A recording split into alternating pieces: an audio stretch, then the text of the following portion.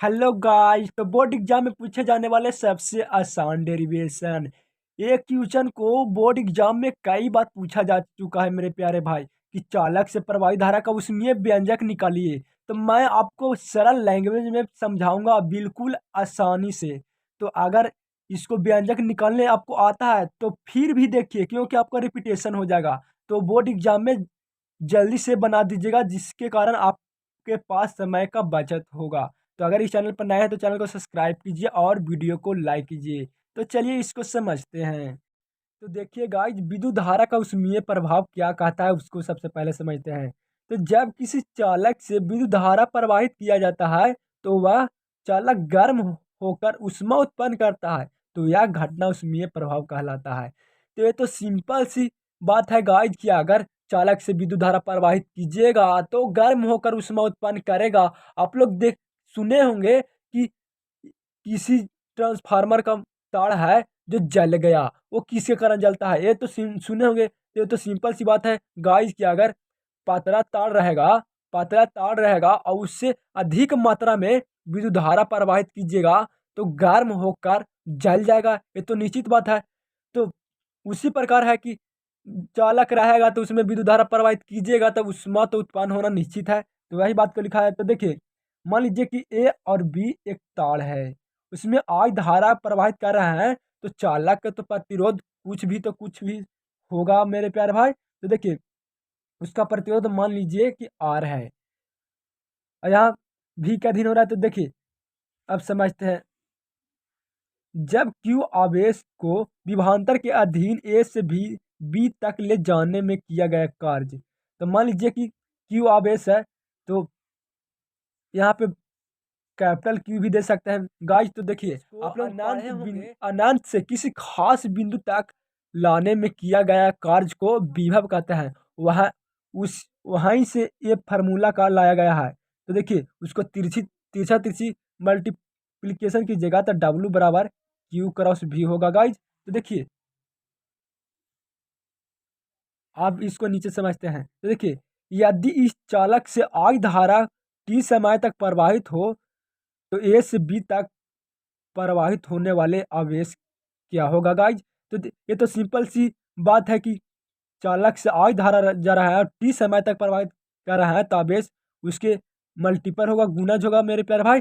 अगर आपको कह देंगे कि आप लोग पढ़े होंगे कभी कि मान लीजिए कि उसका चाल भी है, मान लीजिए उसका चाल भी है और टी समय तक वो गाड़ी चला तो दूरी कितना तय करेगा? एग्जाम्पल से समझिए कि अगर मान लीजिए कि कोई गाड़ी का चाल भी है या कुछ भी मान लीजिए और वो टी समय तक चला तो दूरी कितना तय किया तो वो गुणज होगा। उसी प्रकार यहाँ पे है गाइज, कितना आवेश होगा तो आई टी होगा।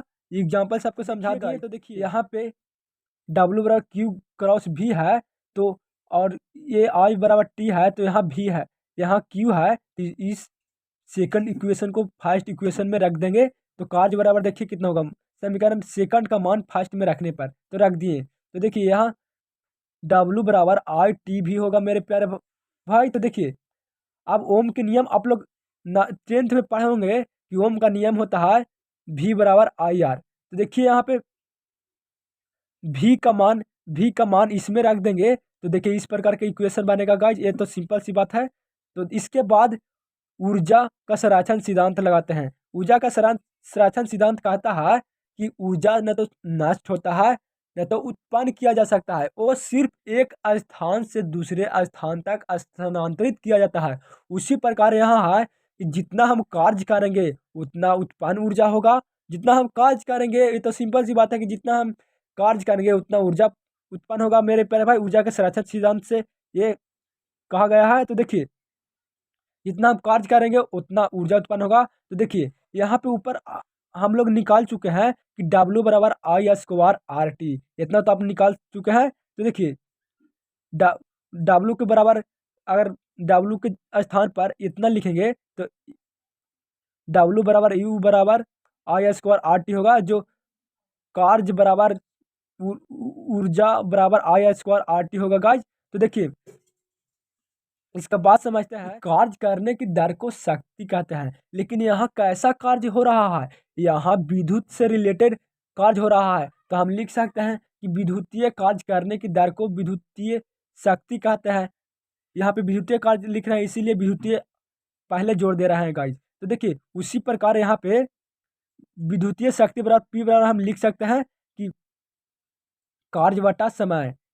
आप लोग 9th में पढ़े होंगे कि कार्य बटा समय होता है। तो अब देखिए अब पी के जब कार्य हम कितना निकाल चुके हैं आई स्क्वायर आर टी। तो कार्य के जगह पर आई स्क्वायर आर टी लिखेंगे तो टी से टी मार जाएगा तो कितना बचेगा आई स्क्वायर आर बचेगा। तो इसको आई आर के जगह पर हम भी लिख सकते हैं, ओम के नियम से आई आर के जगह पर भी लिख सकते हैं तो ये हो जाएगा वी आई। तो उसी प्रकार अब आई के जगह पर भी बटा आर लिखेंगे गाइज तो हो जाएगा भी क्रॉस भी बराबर हो जाए वी स्क्वायर बटा आर।